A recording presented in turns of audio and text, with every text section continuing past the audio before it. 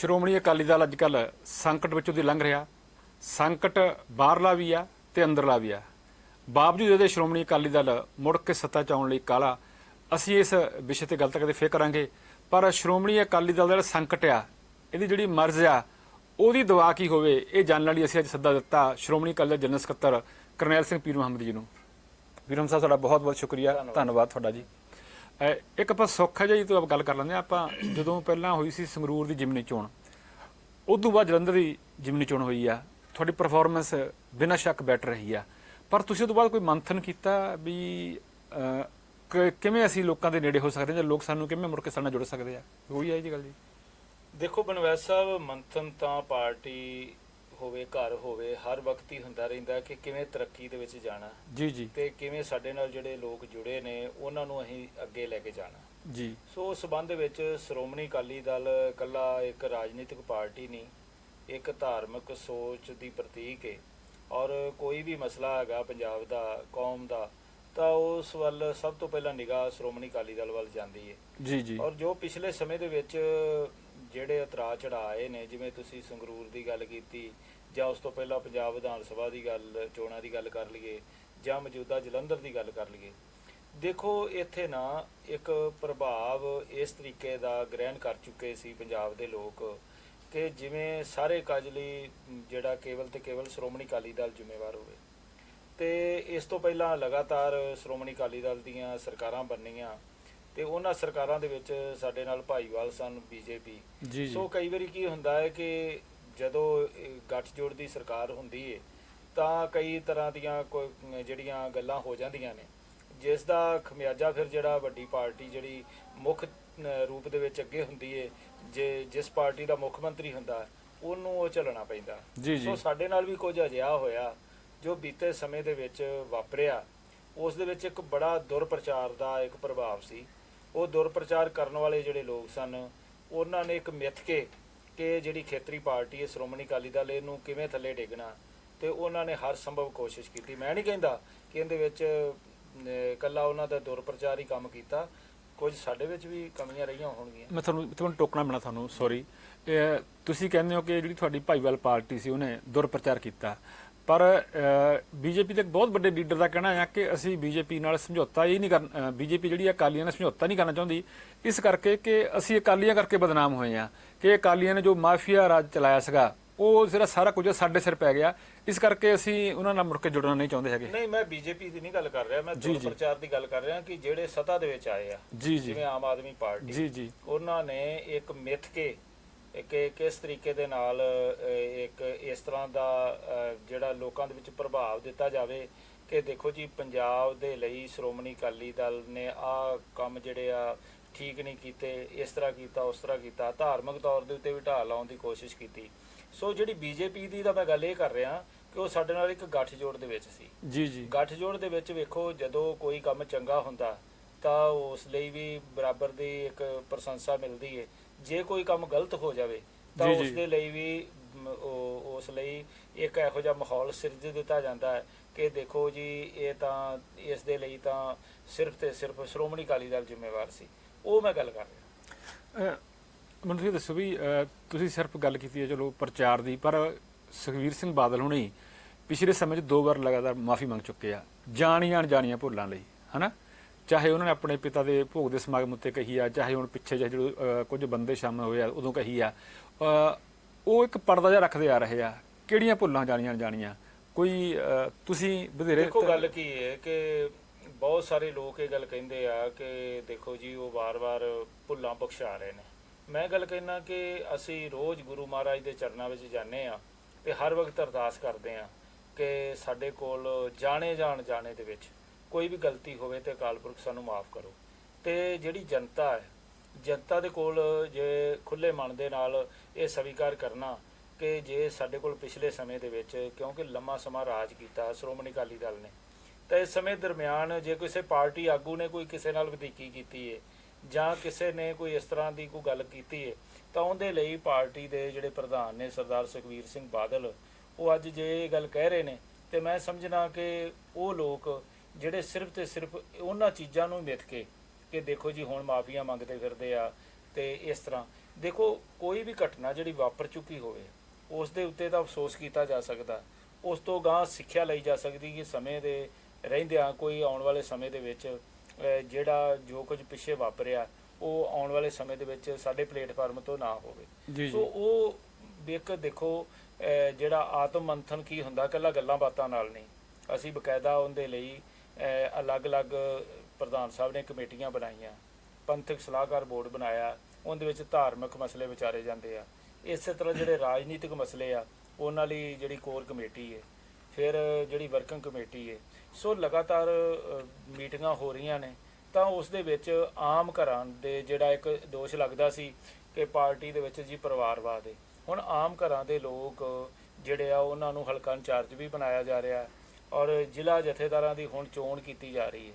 ਆਉਣ ਵਾਲੇ ਦਿਨਾਂ ਦੇ ਵਿੱਚ ਜਦੋਂ ਇਸ ਮਹੀਨੇ ਦੇ ਅਖੀਰ ਦੇ ਵਿੱਚ ਜਾਂ ਜੁਲਾਈ ਦੇ ਪਹਿਲੇ ਹਫ਼ਤੇ ਜਦੋਂ ਸ਼੍ਰੋਮਣੀ ਅਕਾਲੀ ਦਲ ਦੇ ਜ਼ਿਲ੍ਹਾ ਜਥੇਦਾਰ ਨਿਯੁਕਤ ਹੋਣਗੇ ਤਾਂ ਤੁਹਾਨੂੰ ਆਪਣੇ ਆਪ ਪਤਾ ਲੱਗ ਜਾਏਗਾ ਕਿ ਕਿੱਡਾ ਵੱਡਾ ਬਦਲਾਅ ਆ ਰਿਹਾ। ਪਿਰਮਾ ਸਾਹਿਬ, ਤੁਹਾਡੇ ਸਵਾਲ ਜਵਾਬ 'ਚੋਂ ਕਈ ਸਾਰੇ ਸਵਾਲ ਮੇਰੇ ਮਨ 'ਚ ਆਉਂਦੇ, ਪਰ ਪਹਿਲਾ ਸਵਾਲ ਜਿਹੜਾ ਆਪਾਂ ਇਹ ਕਰ ਲਈਏ, ਤੁਸੀਂ ਕਹਿੰਦੇ ਆ ਕਿ ਜਾਣੇ ਅਣਜਾਣੇ ਭੁੱਲਾਂ ਹੋਈਆਂ, ਪਰ ਬਹੁਤੇ ਲੋਕ ਇਹ ਜੋੜ ਕੇ ਦੇਖਦੇ ਆ ਕਿ ਜਿਹੜੀਆਂ ਵੱਡੀਆਂ ਭੁੱਲਾਂ ਹੋਈਆਂ ਜਿਨ੍ਹਾਂ ਵਿੱਚ ਸ੍ਰੀ ਗੁਰੂ ਗ੍ਰੰਥ ਸਾਹਿਬ ਦੀ ਬੇਅਦਬੀ ਆ ਜਾਂ ਵਿਆਵਲ ਕਲਾ ਗੋਲੀ ਕਾਂਡ ਆ ਜਾਂ ਨਸ਼ਿਆਂ ਦਾ ਦਰਿਆ ਵਗਿਆ, ਉਹਦੇ ਲਈ ਲੋਕ ਤੁਹਾਨੂੰ ਮਾਫ ਕਿਵੇਂ ਕਰ ਦੇਣ? ਜੇ ਮੰਨ ਲਈਏ ਲੋਕ ਮਾਫ ਕਰਨ ਦੇ ਰੌਂਬ ਵਿੱਚ ਹੁੰਦੇ ਤਾਂ ਜਦੋਂ ਉਹਨਾਂ ਨੇ ਮਾਫੀ ਮੰਗੀ ਸੀਗੀ ਤਦ ਵੀ ਉਹ ਮਾਫ ਕਰ ਸਕਦੇ ਸੀਗੇ। ਫਿਰ ਜਦੋਂ ਤੁਹਾਨੂੰ ਧਿਆਨ 'ਚ ਹੋਣਾ ਕਿ ਜਲੰਧਰ ਪ੍ਰਚਾਰ ਕੀਤਾ ਸੀ ਕਿ ਪ੍ਰਕਾਸ਼ ਸਿੰਘ ਬਾਦਲ ਨੂੰ ਸੱਚੀ ਸ਼ਰਧਾਂਜਲੀ ਤਾਂ ਹੋਊਗੀ, ਵੋਟ ਪਾਉਂਗੇ, ਇਹਦਾ ਮਤਲਬ ਇਹ ਲੋਕ ਉਹ ਜਿਹੜੀਆਂ ਮੈਂ ਨਹੀਂ ਕਹਿੰਦਾ ਬੇਅਦਬੀ ਦੇ ਦੋਸ਼ੀ ਸਿੱਧੇ ਹੈਗੇ ਆ, ਇਹ ਚਾਹੇ ਇਹਨਾਂ ਦੀ ਸਰਕਾਰ 'ਚ ਹੋਇਆ ਕਿ ਇਹਨਾਂ ਨੇ ਉਹ ਜਿੰਨੇ ਕੁ ਐਕਸ਼ਨ ਹੋਣੇ ਚਾਹੀਦੇ ਨਹੀਂ ਕੀਤਾ ਜਾਂ ਜੋ ਵੀ ਇਹ ਵੱਡੀ ਆਪਾਂ ਇਹ ਭੁੱਲਾਂ ਆ, ਇਹਨਾਂ ਲਈ ਲੋਕ ਮਾਫ ਕਰਨ ਲਈ ਨਹੀਂ ਤਿਆਰ ਹੈਗੇ। ਨਹੀਂ, ਇਹ ਦੇਖੋ ਇਸ ਤਰ੍ਹਾਂ ਹੈ ਕਿ ਜਿਹੜਾ ਵੋਟਾਂ ਦਾ ਨਾ ਸਿਸਟਮ ਹੀ ਬਿਲਕੁਲ ਲੱਗ ਗਿਆ। ਤੁਸੀਂ ਇਹ ਦੇਖੋ ਕਿ ਜਿਹੜਾ ਉੱਥੇ ਉਮੀਦਵਾਰ ਜਿੱਤਿਆ ਜੀ ਰਿੰਕੂ ਜੀ ਔਰ ਉਸ ਨੇ ਕਾਂਗਰਸ ਪਾਰਟੀ ਦੇ ਵਿੱਚੋਂ ਆਣ ਕੇ ਇੱਧਰ ਆਮ ਆਦਮੀ ਪਾਰਟੀ ਜੁਆਇਨ ਕੀਤੀ ਸੀ। ਉਹਦੀਆਂ ਸੈਂਕੜੇ ਵੀਡੀਓ ਜਿਹੜੀਆਂ ਨੇ ਉਹ ਜਲੰਧਰ ਇਲੈਕਸ਼ਨ ਦੇ ਦਰਮਿਆਨ ਹੀ ਚੱਲਦੀਆਂ ਰਹੀਆਂ, ਜਿਸ ਦੇ ਵਿੱਚ ਉਹ ਆਮ ਆਦਮੀ ਪਾਰਟੀ ਨੂੰ ਬਹੁਤ ਮਾੜਾ ਚੰਗਾ ਬੋਲ ਰਿਹਾ ਸੀ, ਕਹਿ ਰਿਹਾ ਸੀ ਕਿ ਦੇਖੋ ਬੀਬੀਓ, ਜੇ ਤੁਹਾਡੇ ਕੋਲ ਆਮ ਆਦਮੀ ਪਾਰਟੀ ਦੇ ਵਰਕਰ ਆਉਂਦੇ ਆ, ਅਹੁਦੇਦਾਰ ਆਉਂਦੇ ਆ ਜਾਂ ਪਾਰਟੀ ਦੇ MLA ਆਉਂਦੇ ਜਾਂ ਮੁੱਖ ਮੰਤਰੀ ਆਉਂਦਾ ਤੇ ਇੱਕੋ ਹੀ ਸਵਾਲ ਕਰਿਓ ਕਿ 1,000 ਰੁਪਈਆ ਕਿਉਂ ਨਹੀਂ ਦਿੱਤਾ। ਪਰ ਲੋਕਾਂ ਨੇ ਸਾਰੀਆਂ ਚੀਜ਼ਾਂ ਨੂੰ ਦਰਕਿਨਾਰ ਕਰ ਦਿੱਤਾ। ਦੇਖੋ ਜਿਹੜੀਆਂ ਵੋਟਾਂ ਦੇ ਵਿੱਚ ਇੱਕ ਭਾਈ ਬਲਦੇਵ ਸਿੰਘ ਵਡਾਲਾ ਨੇ ਬਿਲਕੁਲ ਹਜੂਰੀ ਰਾਗੀ ਰਹੇ ਨੇ ਦਰਬਾਰ ਸਾਹਿਬ ਦੇ, ਉਹ ਤਾਂ ਬਾਦਲ ਸਾਹਿਬ ਦੇ ਬਹੁਤ ਅੰਗੇਸਟ ਭਟਕਦੇ ਆ ਨਾ ਕਰਦੇ ਆ ਨਾ, ਤੇ ਤੁਸੀਂ ਦੇਖੋ ਉਹਨਾਂ ਨੂੰ ਇੱਕ ਜਿਹੜਾ T2 ਸ਼ਟਰਾਂ ਵਾਲਾ ਉਹਦੇ ਤੋਂ ਵੀ ਘੱਟ ਵੋਟਾਂ ਪਈਆਂ, ਹਾਲਾਂਕਿ ਉਹ ਇੱਕ ਧਾਰਮਿਕ ਸ਼ਖਸੀਅਤ ਨੇ ਤੇ ਜਿਹੜਾ ਉਹਨਾਂ ਨੇ ਉਮੀਦਵਾਰ ਖੜਾ ਕੀਤਾ ਸੀ ਉਹ ਵੀ ਬੜੇ ਸਾਫ਼ ਸੁਥਰੇ ਅਕਸ ਵਾਲਾ ਸੀ, ਲੇਕਿਨ ਉਹਨਾਂ ਨੂੰ ਘੱਟੋ ਘੱਟ ਕੋਈ ਹਜ਼ਾਰਾਂ 'ਚ ਹੀ ਵੋਟ ਪੈ ਜਾਂਦੀ। ਵੋਟਾਂ ਦਾ ਸਿਸਟਮ ਬਿਲਕੁਲ ਇਸ ਤੋਂ ਅਲੱਗ ਹੈ। ਤੁਸੀਂ ਇਹ ਦੇਖੋ ਕਿ ਵੋਟਾਂ ਦੇ ਵਿੱਚ ਜਿਹੜੇ ਪਿੰਡਾਂ ਦੇ ਵਿੱਚੋਂ ਜਾਂ ਸ਼ਹਿਰਾਂ ਦੇ ਵਿੱਚੋਂ ਜਾਂ ਕਸਬਿਆਂ ਦੇ ਵਿੱਚੋਂ ਅਸੀਂ ਜਿੱਤੇ ਆ, ਉਹ ਇੱਕ ਪਿੰਡ ਦੇ ਵਿੱਚ ਅਸੀਂ ਬਹੁਤ ਲੀਡ ਲੈ ਰਹੇ ਹਾਂ, ਇੱਕ ਪਿੰਡ ਦੇ ਵਿੱਚੋਂ ਬਹੁਤ ਘੱਟ ਵੋਟਾਂ ਪੈ ਰਹੀਆਂ ਨੇ। ਉਹਦੇ ਵਿੱਚ ਕੀ ਹੈ ਕਿ ਜਿਹੜੀ ਜਿਮਣੀ ਚੋਣ ਹੁੰਦੀ ਹੈ, ਜਿਮਣੀ ਚੋਣ ਦੇ ਵਿੱਚ ਜੋ ਮੈਂ ਦੇਖਿਆ, ਮੈਂ ਤਾਂ ਖੁਦ ਪ੍ਰਚਾਰ ਦੇ ਵਿੱਚ ਰਿਹਾ, ਜਿਮਣੀ ਚੋਣ 'ਚ ਸਰਪੰਚ, ਫਿਰ ਜਿਹੜੇ ਬਲਾਕ ਸਮਿਤੀ ਮੈਂਬਰ ਹੁੰਦੇ ਆ, ਜ਼ਿਲ੍ਹਾ ਪ੍ਰੀਸ਼ਦ ਮੈਂਬਰ ਹੁੰਦੇ ਆ, ਫਿਰ ਕੌਂਸਲਰ ਹੁੰਦੇ ਆ ਸ਼ਹਿਰਾਂ ਦੇ ਵਿੱਚ, ਇਹ ਜਿਹੜਾ ਨਾ ਉਹਨਾਂ ਦਾ ਇੱਕ ਆਪਣਾ ਨੈਟਵਰਕ ਹੁੰਦਾ, ਸਰਕਾਰ ਦੇ ਹੱਕ 'ਚ ਭੁਗਤਦੇ, ਸਰਕਾਰ ਦੇ ਹੱਕ 'ਚ, ਜਾਂ ਉੱਤੇ ਉਹਨਾਂ ਨੂੰ ਦਬਾ ਲਿਆ ਜਾਂਦਾ ਕਿ ਤੁਹਾਡੀਆਂ ਗ੍ਰਾਂਟਾਂ ਰੋਕ ਲਾਂਗੇ, ਜਾਂ ਜੇ ਤੁਸੀਂ ਆਉਣ ਵਾਲੇ ਸਮੇਂ 'ਚ ਇਲੈਕਸ਼ਨ ਹੋਣਾ ਪੰਚਾਇਤੀ ਜਾਂ ਕੌਂਸਲਰ ਚੋਣਾਂ ਹੋਣੀਆਂ ਤੇ ਤੁਹਾਨੂੰ ਤਾਂ ਹੀ ਅਸੀਂ ਅੱਗੇ ਆਉਣ ਦੇਵਾਂਗੇ ਜੇਕਰ ਤੁਸੀਂ ਇਹਦੇ ਵਿੱਚ ਪਾਰਟੀ ਜਿਹੜੀ ਰੂਲਿੰਗ ਪਾਰਟੀ ਉਹਦੀ ਮਦਦ ਕਰੋਗੇ। ਸੋ ਮੈਂ ਇਹ ਸਿਸਟਮ ਵੇਖਿਆ ਕਿ ਜਿਮਣੀ ਚੋਣ ਦੇ ਵਿੱਚ ਇਹ ਅੰਦਾਜ਼ਾ ਨਹੀਂ ਲਾਇਆ ਜਾ ਸਕਦਾ ਕਿ ਕਿਸੇ ਪਾਰਟੀ ਦਾ ਗ੍ਰਾਫ ਕਿੰਨਾ ਉੱਚਾ ਜਾਂ ਕਿੰਨਾ ਨੀਵਾਂ। ਦੂਸਰੇ ਪਾਸੇ ਤੁਸੀਂ ਦੇਖੋ 16,80,000 ਦੇ ਕਰੀਬ ਵੋਟ ਹੈ, ਉਸ ਦੇ ਵਿੱਚੋਂ ਜੇ ਆਮ ਆਦਮੀ ਪਾਰਟੀ ਜਿੱਤੀ ਤੇ 3,11,000 ਵੋਟ ਉਹਨਾਂ ਨੇ ਲਏ, ਬਿਲਕੁਲ ਠੀਕ ਹੈ ਜੀ। ਲੇਕਿਨ ਜਿਹੜੀ ਉਹਨਾਂ ਦੇ ਅਗੇਂਸਟ ਵੋਟ ਪਈ ਹੈ, ਪਹਿਲੀ ਗੱਲ ਕਿ 50% ਲੋਕ ਤਾਂ ਵੋਟ ਪਾਉਣ ਹੀ ਨਹੀਂ ਆਏ, ਜਿਹੜੇ ਬਾਕੀ ਵੋਟ ਹੈ ਉਸ ਦੇ ਵਿੱਚੋਂ ਵੀ 70% ਵੋਟ ਜਿਹੜੀ ਹੈ ਉਹ ਚਾਹੇ BJP ਨੂੰ ਪਈ, ਚਾਹੇ ਸ਼੍ਰੋਮਣੀ ਅਕਾਲੀ ਦਲ ਨੂੰ ਪਈ, ਵਿਰੋਧੀ ਪਾਰਟੀਆਂ ਨੂੰ ਪਈ, ਬਿਲਕੁਲ। ਸੋ ਉਹ 20-30% ਵੋਟਾਂ ਦੇ ਨਾਲ ਉਹਨਾਂ ਦਾ ਬੰਦਾ ਜਿੱਤ ਗਿਆ, ਪਰ ਜਿੱਤ ਹੀ ਹੁੰਦੀ ਹੈ, ਇਸ ਕਰਕੇ ਇਹ ਆ ਗੱਲ।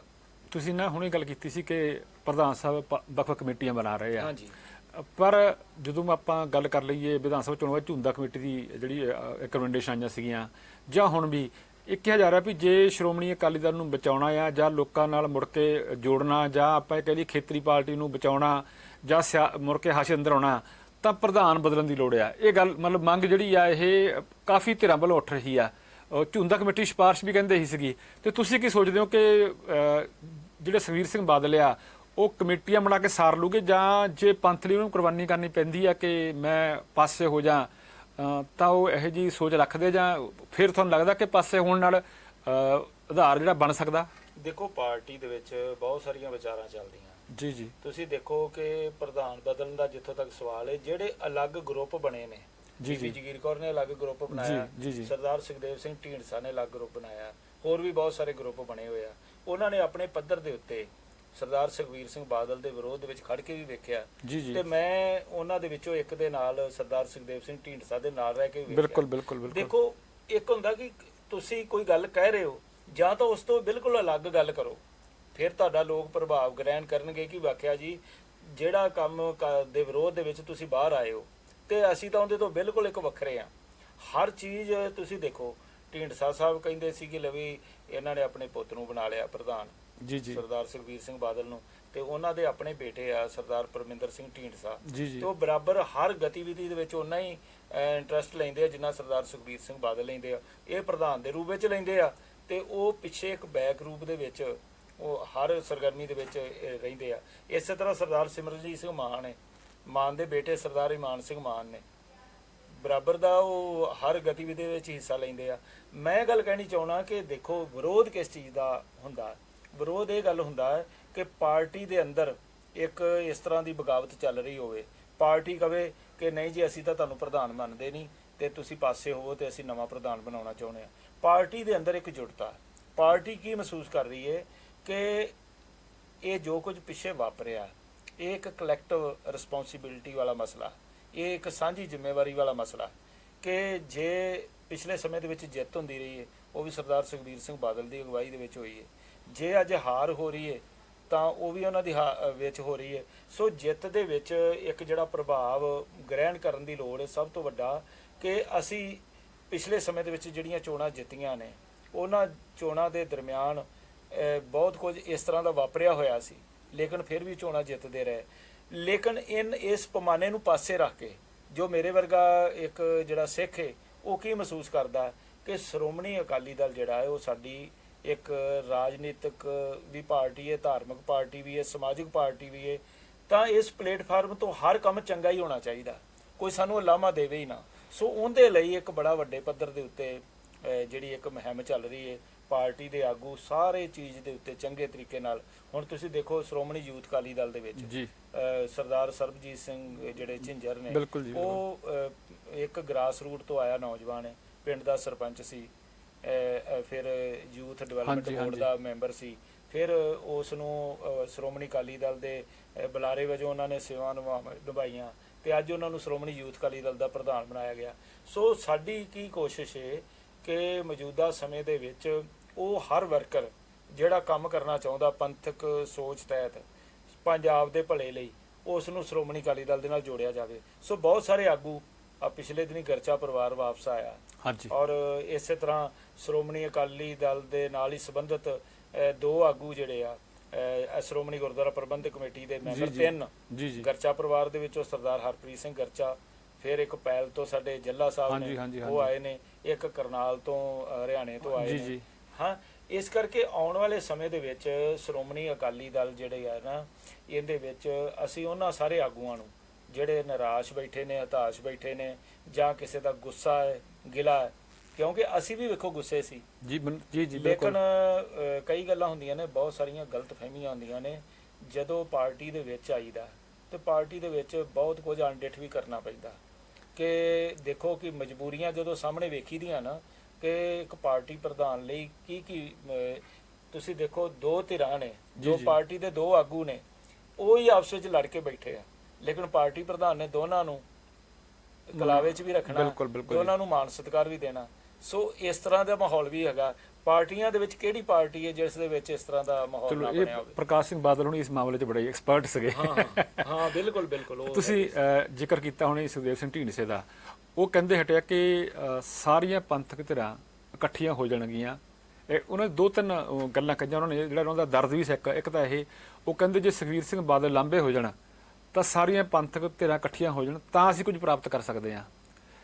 ਇੱਕ ਤਾਂ ਇਹ ਕਿ ਜੇ ਸੁਖਬੀਰ ਸਿੰਘ ਬਾਦਲ ਪਾਸੇ ਹੋ ਜਾਣ ਸਾਰੀ ਧਿਰਾਂ ਇਕੱਠੀਆਂ ਹੋ ਜਾਣਗੀਆਂ, ਜਾਂ ਇੱਕ ਜਿਹੜਾ ਉਹਨਾਂ ਦਾ ਦਰਦ ਇੱਕ ਹੋਰ ਸੀਗਾ, ਉਹ ਕਹਿੰਦੇ ਵੀ ਜਦੋਂ ਤੱਕ ਅਸੀਂ ਇਕੱਠੇ ਹੁੰਦੇ ਆ ਨਹੀਂ ਹੁੰਦੇ ਸਾਨੂੰ ਦੇਣਾ ਕੁਝ ਨਹੀਂ ਕਿਸੇ ਨੇ। ਇਹਦਾ ਮਤਲਬ ਇਹ ਹੋਇਆ ਕਿ ਉਹਨਾਂ ਦਾ ਇਸ਼ਾਰਾ ਜਿਹੜਾ ਜਿਨ੍ਹਾਂ ਨਾਲ ਰਲ ਕੇ ਉਹਨਾਂ ਨੇ ਇਲੈਕਸ਼ਨ ਲੜੀ ਆ, ਜਿਨ੍ਹਾਂ ਦੀ ਸਪੋਰਟ ਕੀਤੀ ਆ, ਉਹਨਾਂ ਵੱਲ ਵੀ ਹੋ ਸਕਦਾ। ਮਤਲਬ ਇਹਦਾ ਇੱਕ ਤਾਂ ਕੀ ਜਿਹੜਾ ਦਰਦ ਆ ਉਹਨਾਂ ਦਾ ਕਿ ਸਾਨੂੰ ਕਿਸੇ ਨੇ ਦੇਣਾ ਹੀ ਕੁਝ ਨਹੀਂ ਜੋ ਤਾਂ ਇਕੱਠੇ ਨਹੀਂ ਹੁੰਦੇ, ਇੱਕ ਤਾਂ ਇਹ।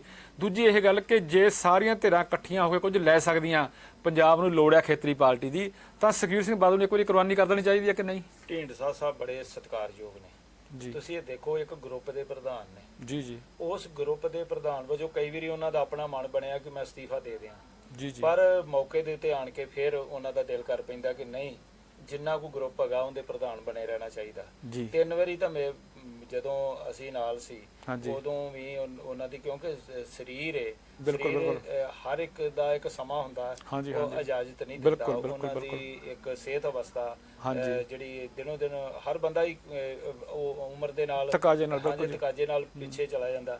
ਸੋ ਸਰਦਾਰ ਸੁਖਦੇਵ ਸਿੰਘ ਢੀਂਡਸਾ ਬੜੇ ਸਤਿਕਾਰਯੋਗ ਨੇ।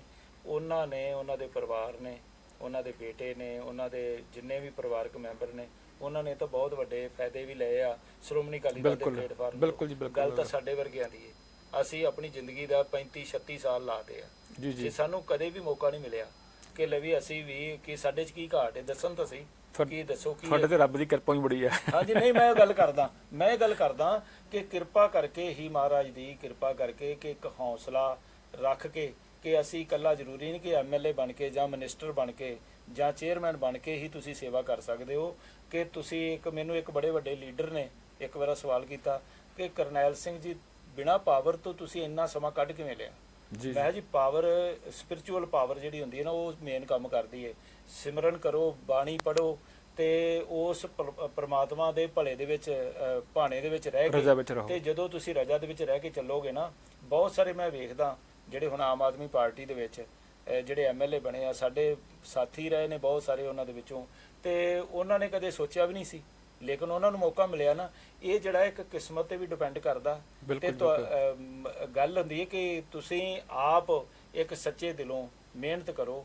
ਤੇ ਮਿਹਨਤ ਕਿਸ ਚੀਜ਼ ਦੀ ਹੈ ਕਿ ਅਸੀਂ ਜੇ ਕਹਿੰਦੇ ਆ ਕਿ ਅਸੀਂ ਪਬਲਿਕ ਦੀ ਸੇਵਾ ਦੇ ਲਈ ਹਾਜ਼ਰ ਹਾਂ, ਤੇ ਫਿਰ ਸੇਵਾਦਾਰ ਬਣ ਕੇ ਹੀ ਤੁਹਾਨੂੰ ਸੇਵਾ ਕਰਨੀ ਪਏਗੀ। ਸੋ ਉਹਦੇ ਲਈ ਨਫ਼ਰਤ ਜਿਹੜੀ ਹੈ ਨਾ, ਉਹ ਸਾਨੂੰ ਘਟਾਉਣੀ ਪਏਗੀ।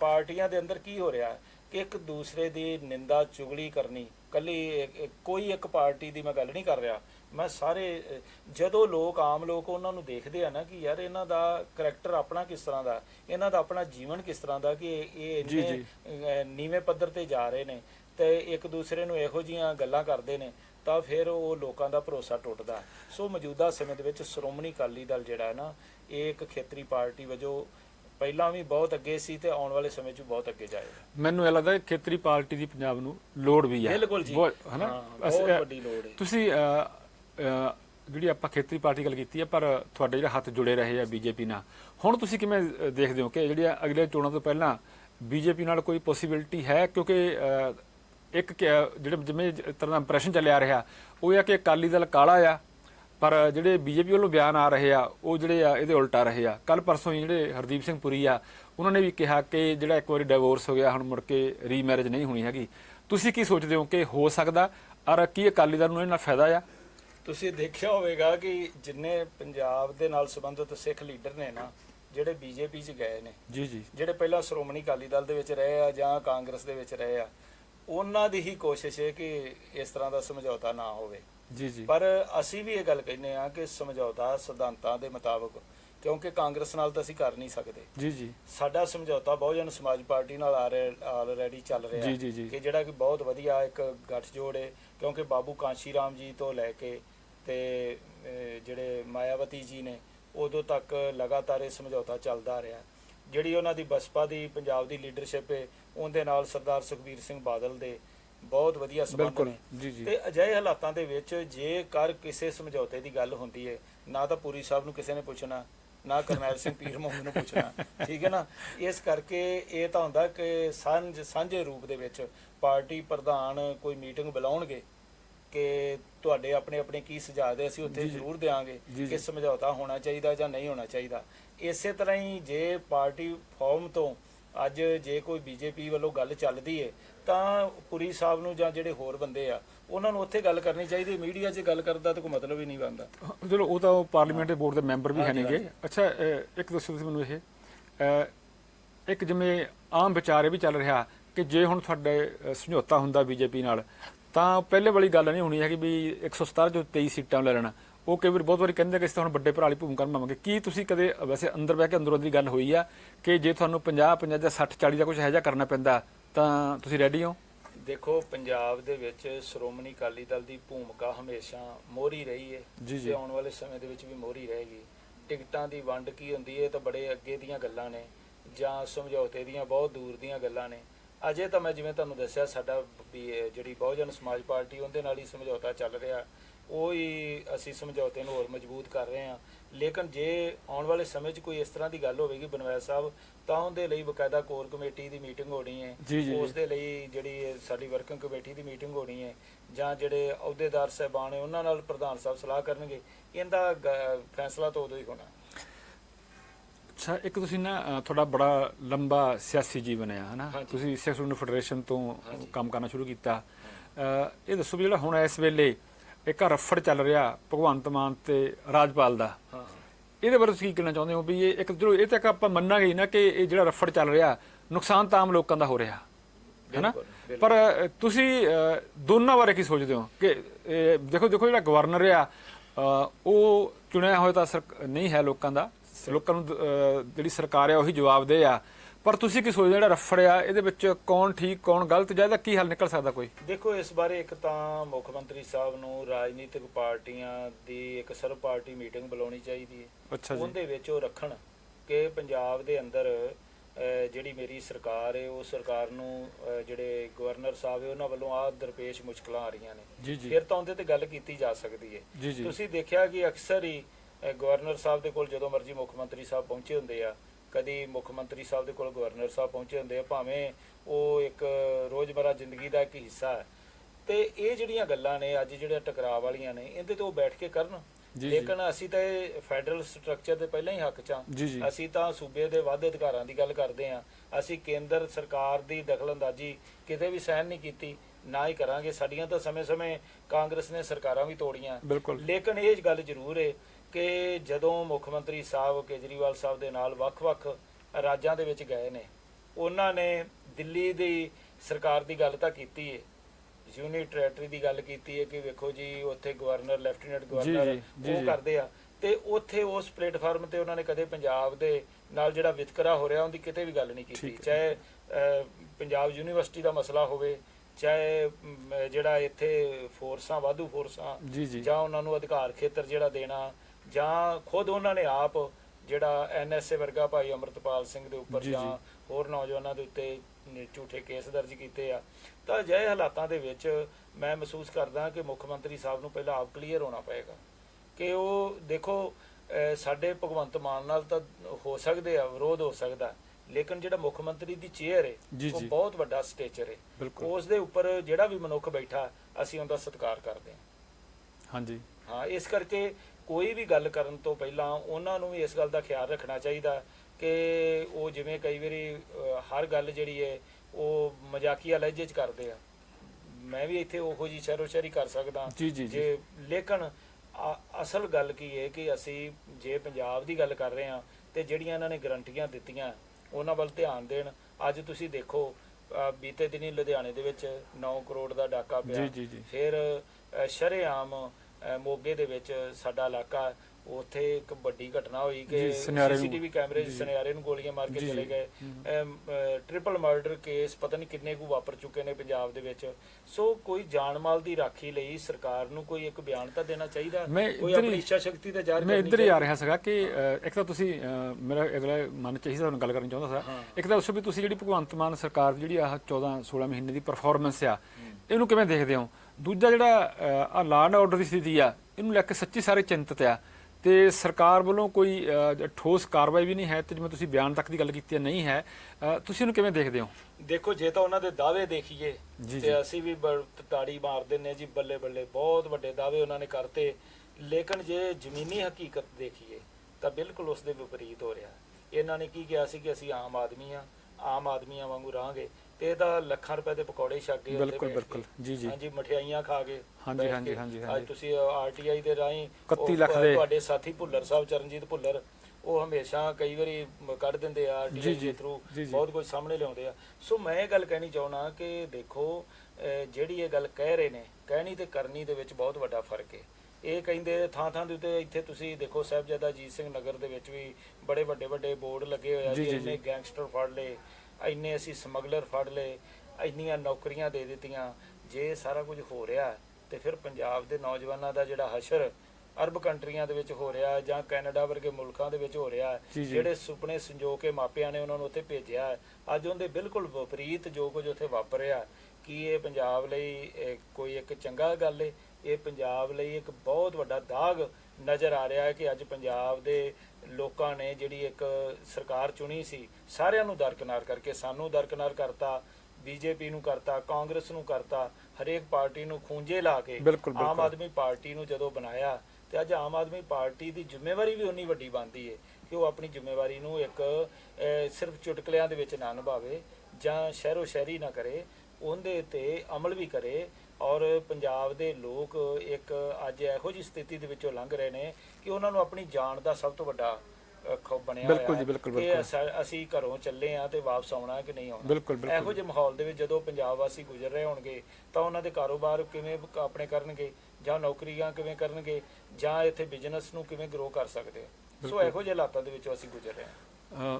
ਪਿਰੋਨ ਸਾਹਿਬ, ਆਪਾਂ ਜਿੱਥੋਂ ਤੁਰੇ ਸੀਗੇ ਆਪਣੇ ਘਰ ਵਾਲਾ ਹਾਂਜੀ। ਉੱਥੇ ਮੁੜ ਕੇ ਆ ਜਾਈਏ। ਲਾਸਟ ਸਵਾਲ ਇਹ ਹੈ ਕਿ ਜਿਹੜੀ ਮਰਜ਼ ਆ, ਚਾਹੇ ਅਕਾਲੀ ਦਲ ਨੂੰ ਲੋਕਾਂ ਨੇ 2022 ਚ ਰੱਦ ਕਰ ਦਿੱਤਾ ਸੀਗਾ, ਚਾਹੇ ਆਪਾਂ ਗੱਲ ਕਰ ਲਈਏ ਸੰਗਰੂਰ ਦੀ ਜਾਂ ਜਲੰਧਰ ਦੀ, ਹੁਣ ਇਸ ਮਰਜ਼ ਦੀ ਤੁਸੀਂ ਕੀ ਦੁਆ ਸੋਚਦੇ ਹੋ ਕਿ ਜਿਹੜੀ ਤੁਹਾਡੀ ਮੁੜ ਕੇ ਐਂਟਰੀ ਕਿਵੇਂ ਹੋ ਜਾਏ? ਇਸ ਦੇ ਲਈ ਇਹ ਆ ਕਿ ਸਾਰਿਆਂ ਨੂੰ ਇਕੱਠੇ ਹੋਣਾ ਪਏਗਾ ਔਰ ਜੀ। ਇਕੱਠੇ ਵੀ ਨਿਰਸਵਾਰਥ ਹੋ ਕੇ ਹੋਣਾ ਪਏਗਾ ਔਰ ਆਪਣੀ ਆਪਣੀ ਜ਼ਿੰਮੇਵਾਰੀ ਨੂੰ ਸਮਝਣਾ ਪਵੇਗਾ ਤੇ ਉਸ ਜ਼ਿੰਮੇਵਾਰੀ ਨੂੰ ਨਿਭਾਉਣਾ ਵੀ ਪਏਗਾ। ਕਈ ਬੰਦੇ ਜ਼ਿੰਮੇਵਾਰੀ ਲੈ ਲੈਂਦੇ ਲੇਕਿਨ ਨਿਭਾਉਂਦੇ ਨਹੀਂ।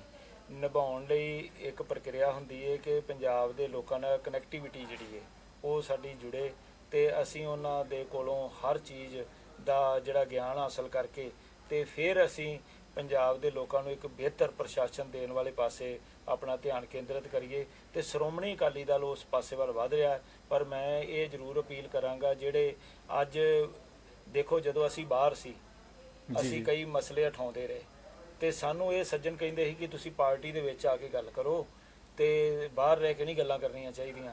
ਅਸੀਂ ਤਾਂ ਪਾਰਟੀ ਦੇ ਵਿੱਚ ਆ ਗਏ, ਹੁਣ ਇਹ ਬਾਹਰ ਚਲੇ ਗਏ। ਸੋ ਇਹ ਬਾਹਰੋਂ ਰਹਿ ਕੇ ਉਹ ਜਿਹੜੇ ਸੁਝਾਅ ਦਿੰਦੇ ਆ ਉਹ ਅੰਦਰ ਆ ਕੇ ਦੇਣ ਤੇ ਹੋਰ ਵਧੀਆ ਗੱਲ ਹੋਵੇਗੀ। ਤੁਸੀਂ ਮੈਨੂੰ ਦੱਸੋ ਵੀ ਤੁਸੀਂ ਕਹਿੰਦੇ ਆ ਸਾਰੇ ਇਕੱਠੇ ਹੋ ਜਾਣ, ਹਾਂ ਵੀ ਸਾਰੇ ਇਕੱਠੇ ਹੋ ਜਾਣ, ਕੀ ਸੁਖਬੀਰ ਸਿੰਘ ਬਾਦਲ ਨੂੰ ਫਿਰ ਪ੍ਰਧਾਨ ਮੰਨ ਲੈਣ ਸਾਰੇ? ਦੇਖੋ ਤੁਸੀਂ ਕੀ ਮੰਨਦੇ ਹੈ, ਹੋ ਕਿ ਉਹ ਕੱਢ ਦੇਖੋ ਕੀ ਸਕਦੇ ਆ? ਹੁੰਦਾ, ਦੇਖੋ ਕੀ ਹੁੰਦਾ ਕਿ ਪਾਰਟੀ ਦੇ ਵਿੱਚ ਜ਼ਿਲ੍ਹਾ ਜਥੇਦਾਰਾਂ ਦੀ ਚੋਣ ਹੋ ਰਹੀ ਹੈ, ਜੀ ਜੀ ਬਾਕੀ ਸਾਰੇ ਅਹੁਦੇਦਾਰ ਬਣ ਰਹੇ ਆ ਤੇ ਇਹ ਸਾਰੇ ਅਹੁਦੇਦਾਰਾਂ ਨੇ ਹੀ ਪ੍ਰਧਾਨ ਨੂੰ ਬਣਾਇਆ ਤੇ ਪ੍ਰਧਾਨ ਨੂੰ ਬਦਲਣ ਦਾ ਹੱਕ ਵੀ ਉਹਨਾਂ ਨੂੰ ਹੈ। ਜੀ, ਠੀਕ ਹੈ, ਜੇ ਲੋਕ ਪਾਰਟੀ ਦੇ ਵਿੱਚ ਹੋਣਗੇ, ਪਾਰਟੀ ਫਾਰਮ ਦੇ ਉੱਤੇ ਬੈਠ ਕੇ ਆਮੋ ਸਾਹਮਣੇ ਪ੍ਰਧਾਨ ਸਾਹਿਬ ਦੇ ਨਾਲ ਗੱਲਬਾਤ ਕਰਨਗੇ ਕਿ ਤੁਹਾਡੇ ਵਿੱਚ ਆਹ ਕਮੀਆਂ ਨੇ, ਇਹਨਾਂ ਨੂੰ ਜਾਂ ਤਾਂ ਦੂਰ ਕਰੋ ਜੀ ਜਾਂ ਇਸ ਕੁਰਸੀ ਤੋਂ ਪਾਸੇ ਹੋ, ਜੀ, ਫਿਰ ਜੀ। ਤਾਂ ਗੱਲ ਬਣਦੀ ਹੈ। ਲੇਕਿਨ ਆਪਣੀ ਪਾਰਟੀ ਨੂੰ ਜਿਸ ਪੱਧਰ ਦੇ ਉੱਤੇ ਸਾਨੂੰ ਲੈ ਕੇ ਜਾਣਾ ਚਾਹੀਦਾ, ਉਹਦੇ ਵਿਰੁੱਧ ਲਗਾਤਾਰ ਇੱਕ ਤਾਂ ਇਹ ਕਹਿਣਾ ਕਿ ਸਾਡੀ ਮਾਂ ਪਾਰਟੀ ਹੈ, ਦੂਜੇ ਪਾਸੇ ਉਸੇ ਮਾਂ ਪਾਰਟੀ ਨੂੰ ਰੋਜ਼ ਲੱਤਾਂ ਮਾਰਨੀਆਂ, ਇਹ ਵੀ ਕੋਈ ਬਹੁਤੀ ਚੰਗੀ ਗੱਲ ਨਹੀਂ। ਮੈਂ ਨਹੀਂ ਕਹਿੰਦਾ ਕਿ ਕਈ ਬੰਦੇ ਕਹਿ ਦੇਣਗੇ ਵੇਖੋ ਜੀ ਅੱਜ ਇਹ ਕਿੰਨੀ ਖੁਸ਼ਾਮਦ ਕਰਦੇ ਪਏ ਆ ਜੀ, ਅੱਜ ਕਿੰਨੀਆਂ ਗੱਲਾਂ ਕਰਦੇ ਆ, ਇਹ ਤਾਂ ਵਿਰੋਧ ਦੇ ਵਿੱਚ ਸਨ। ਜਦੋਂ ਅਸੀਂ ਵਿਰੋਧ ਦੇ ਵਿੱਚ ਸੀ, ਅਸੀਂ ਅੱਜ ਵੀ ਉੱਥੇ ਖੜੇ ਹਾਂ ਕਿ ਸ਼੍ਰੋਮਣੀ ਅਕਾਲੀ ਦਲ ਆਮ ਪਾਰਟੀ ਨਹੀਂ ਹੈਗੀ। ਸ਼੍ਰੋਮਣੀ ਅਕਾਲੀ ਦਲ ਸਿੱਖਾਂ ਦੇ ਜਜ਼ਬਾਤਾਂ ਦੀ ਤਰਜਮਾਨੀ ਕਰਨ ਵਾਲੀ ਪਾਰਟੀ ਹੈ। ਇਸ ਪਾਰਟੀ ਤੋਂ ਲੋਕ ਕਿਉਂ ਗੁੱਸੇ ਹੁੰਦੇ ਨੇ? ਇਸ ਕਰਕੇ ਹੁੰਦੇ ਨੇ ਕਿ ਇਹਨਾਂ ਨੂੰ ਆਪਣੀ ਪਾਰਟੀ ਸਮਝਦੇ ਆ। ਜਿਵੇਂ ਆਪਣੇ ਪਰਿਵਾਰ ਦੇ ਵਿੱਚ ਕੋਈ ਬੰਦਾ ਗਲਤੀ ਕਰੇ ਨਾ ਜੀ, ਤੇ ਜੀ। ਪਰਿਵਾਰ ਦੇ ਮੈਂਬਰ ਹੁੰਦੇ ਤੇ ਬਹੁਤ ਗੁੱਸਾ ਵੀ ਕਰਦੇ ਆ, ਪਰ ਉਹਦੇ ਨਾਲ ਇਹ ਨਹੀਂ ਹੁੰਦਾ ਕਿ ਉਹਨੂੰ ਘਰੋਂ ਕੱਢ ਦਿੰਦੇ ਆ। ਇਸ ਕਰਕੇ ਪਾਰਟੀ ਦੇ ਅੰਦਰ ਇੱਕ ਇਹੋ ਜਿਹਾ ਮਾਹੌਲ ਸਿਰਜਣ ਦੀ ਲੋੜ ਹੈ ਜਿਸ ਨਾਲ ਸਾਡੀ ਸੂਬੇ ਦੀ ਤਰੱਕੀ ਹੋ ਸਕੇ। ਅੱਜ ਇੱਕ ਪਾਸੇ ਤਾਂ ਅਸੀਂ ਕਹਿੰਦੇ ਆ ਕਿ ਐਡਾ ਕੋਈ ਛੋਟਾ ਜਿਹਾ ਸਾਡਾ ਪੰਜਾਬ ਰਹਿ ਗਿਆ, ਦੂਜੇ ਪਾਸੇ ਉਸ ਛੋਟੇ ਜਿਹੇ ਪੰਜਾਬ ਨੂੰ ਜਿਹੜੀ ਨਜ਼ਰ ਲੱਗੀ ਹੈ ਉਹ ਨਜ਼ਰ ਨੂੰ ਅੱਜ ਖਤਮ ਕਰਨ ਦੀ ਲੋੜ ਹੈ। ਅੱਜ ਕਿਸੇ ਵੀ ਤਰੀਕੇ ਦੇ ਨਾਲ ਅਸੀਂ ਪੰਜਾਬ ਦੇ ਭਲੇ ਲਈ, ਮੈਂ ਤਾਂ ਇਹ ਗੱਲ ਕਹਾਂਗਾ, ਠੀਕ ਹੈ ਜਿਹੜੀਆਂ ਦੂਸਰੀਆਂ ਪਾਰਟੀਆਂ ਨੇ ਉਹਨਾਂ ਨੂੰ ਵੀ ਆ ਪਿਛਲੇ ਦਿਨੀ ਇੱਕ ਸਮਾਗਮ ਦੇ ਵਿੱਚ ਇਕੱਠੇ ਹੋਏ, ਜੀ, ਜੀ। ਇੱਕ ਦੂਸਰੇ ਨੂੰ ਜੱਫੀਆਂ ਵੀ ਪਾਈਆਂ, ਪਰ ਮੈਂ ਕਹਿੰਦਾ ਕਿ ਸਿਆਸਤਦਾਨ ਜਿੰਨੇ ਵੀ ਨੇ ਸਾਡੇ ਸਾਰੇ ਭਰਾ ਨੇ, ਸਾਡਾ ਕਿੱਤਾ ਇੱਕ ਹੈ ਤੇ ਸਾਨੂੰ ਇੰਨੀ ਗੱਲ ਦਾ ਜ਼ਰੂਰ ਖਿਆਲ ਰੱਖਣਾ ਚਾਹੀਦਾ ਹੈ ਕਿ ਸਾਡੇ ਸ਼ਬਦਾਂ ਦਾ ਜਿਹੜਾ ਮਰਜ਼ਾਦਾ ਹੈ ਉਹ ਕਦੇ ਕਾਇਮ ਨਹੀਂ ਰਹੇ। ਭੁੱਲਣੀ ਚਾਹੀਦੀ। ਜੀ, ਜੀ। ਸਤਿਕਾਰ ਨਾਲ ਗੱਲ ਕਰਨੀ ਚਾਹੀਦੀ। ਹੁਣ ਟੀਵੀ ਡਿਬੇਟਾਂ 'ਚ ਮੈਂ ਕਈ ਵਾਰੀ ਜਾਂਦਾ ਤੇ ਜਿਹੜੇ ਉੱਥੇ ਬੈਠੇ ਹੁੰਦੇ ਨੇ ਬੁਲਾਰੇ, ਮੈਂ ਉਹਨਾਂ ਨੂੰ ਗੱਲ ਕਹਿਣਾ ਕਿ ਅੱਜ ਤੁਸੀਂ ਇਸ ਪਾਰਟੀ ਦੀ ਫਾਰਮ ਤੋਂ ਗੱਲ ਕਰ ਰਹੇ ਹੋ ਸਕਦਾ ਕਿ ਕੱਲ ਨੂੰ ਠੀਕ ਹੈ। ਤੁਸੀਂ ਦੂਸਰੀ ਪਾਰਟੀ ਚਲੇ ਜਾਓ, ਪਰ ਤੁਸੀਂ ਇੰਨੀ ਨੀਵੇਂ ਪੱਧਰ ਦੀ ਜਿਹੜੀ ਬਿਆਨਬਾਜ਼ੀ ਕਰ ਦਿੰਦੇ ਹੋ, ਉਹ ਜਿਹੜੀ ਹੈ ਉਹ ਫਿਰ ਰੜਕਦੀ ਰਹਿੰਦੀ ਹੈ। ਤੁਹਾਨੂੰ ਉਹ ਨਹੀਂ ਕਰਨੀ ਚਾਹੀਦੀ। ਕੈਸਟਾਂ ਨਾਲ ਚੱਲਣ ਕੇ ਨਵਜੋਤ ਸਿੰਘ ਸਿੱਧੂ ਕਦੇ ਪੱਪੂ ਕਹਿੰਦਾ ਤੇ ਕਦੇ ਪੈਰੀਆਂ ਥਲਾਉਂਦਾ ਫਿਰ ਹੈ ਉਹ ਫਾਇਦਾ ਕੀ ਉਸਦਾ ਫਾਇਦਾ ਕੋਈ ਨਹੀਂ। ਸੋ ਪਿਆਰੇ ਦਰਸ਼ਕੋ, ਇਹ ਸਨ ਕਰਨੈਲ ਸਿੰਘ ਪੀਰ ਮੁਹੰਮਦ ਜੀ, ਜਨਰਲ ਸਕੱਤਰ ਸ਼੍ਰੋਮਣੀ ਅਕਾਲੀ ਦਲ, ਜਿਨ੍ਹਾਂ ਨੇ ਸਾਡੇ ਸਵਾਲਾਂ ਦੇ ਬਹੁਤ ਸਾਰੇ ਸਹਿਜ ਜਵਾਬ ਦਿੱਤੇ ਆ। ਉਹ ਸਾਰੇ ਸਵਾਲ ਜਿਹੜੇ ਤੁਹਾਡੇ ਸਾਡੇ ਮਨਾਂ ਵਿੱਚ ਉੱਠਦੇ ਆ, ਤੇ ਅਸੀਂ ਵੀ ਸੱਚਮੁੱਚ ਚਾਹਾਂਗੇ ਕਿ ਪੰਜਾਬ ਲਈ ਕੇਂਦਰੀ ਪਾਰਟੀ ਖੜੀ ਹੋਵੇ ਕੋਈ, ਜਿਹੜੀ ਇਹਨਾਂ ਨੇ ਗੱਲ ਸੰਘੀ ਢਾਂਚੇ ਦੀ ਕੀਤੀ ਆ, ਸਾਡੇ ਹੱਕਾਂ ਦੀ ਰਾਖੀ ਕਰੇ। ਸ਼੍ਰੋਮਣੀ ਅਕਾਲੀ ਦਲ ਇੱਥੇ ਪਹਿਰਾ ਦਿੰਦਾ ਵੀ ਰਿਹਾ, ਤੇ ਸਾਨੂੰ ਇਹ ਵੀ ਆਸ ਹੈ ਕਿ ਸ਼੍ਰੋਮਣੀ ਅਕਾਲੀ ਦਲ ਜਾਂ ਕੋਈ ਵੀ ਪਾਰਟੀ ਜਿਹੜੀ ਮਰਜ਼ੀ ਪੰਜਾਬ ਦੀ ਬਾਉਂਡਰੀ ਸੰਭਾਲੇ, ਪਰ ਉਹ ਪੰਜਾਬ ਦੇ ਹੱਕਾਂ ਤੇ ਪਹਿਰਾ ਦੇਵੇ, ਡਟੇ। ਤੇ ਅੱਜ ਲੋੜ ਵੀ ਆ ਕਿ ਕੇਂਦਰ ਜਿੰਨਾ ਸਾਡੇ ਨਾਲ ਧੱਕਾ ਕਰ ਰਿਹਾ ਉਹਦੇ ਵਿਰੁੱਧ ਡਟਣ ਦੀ, ਚਾਹੇ ਸ਼੍ਰੋਮਣੀ ਅਕਾਲੀ ਦਲ ਇਸ ਪਾਸੇ ਹਲੇ ਅਵੇਸਰਾ ਚੱਲ ਰਿਹਾ। ਸੋ ਅੱਜ ਦਾ ਜਿਹੜਾ ਸ਼ੋਅ ਆ ਇਹਦੇ ਲਈ ਇੰਨਾ ਹੀ ਕਾਫੀ। ਅਗਲੇ ਸ਼ੋਅ 'ਚ ਫਿਰ ਮਿਲਾਂਗੇ, ਤਦ ਤੱਕ ਮੈਨੂੰ ਦਿਓ ਇਜਾਜ਼ਤ। ਸਤਿ ਸ੍ਰੀ ਅਕਾਲ, ਸ਼ੁਕਰੀਆ, ਮਿਹਰਬਾਨੀ, ਧੰਨਵਾਦ ਜੀ।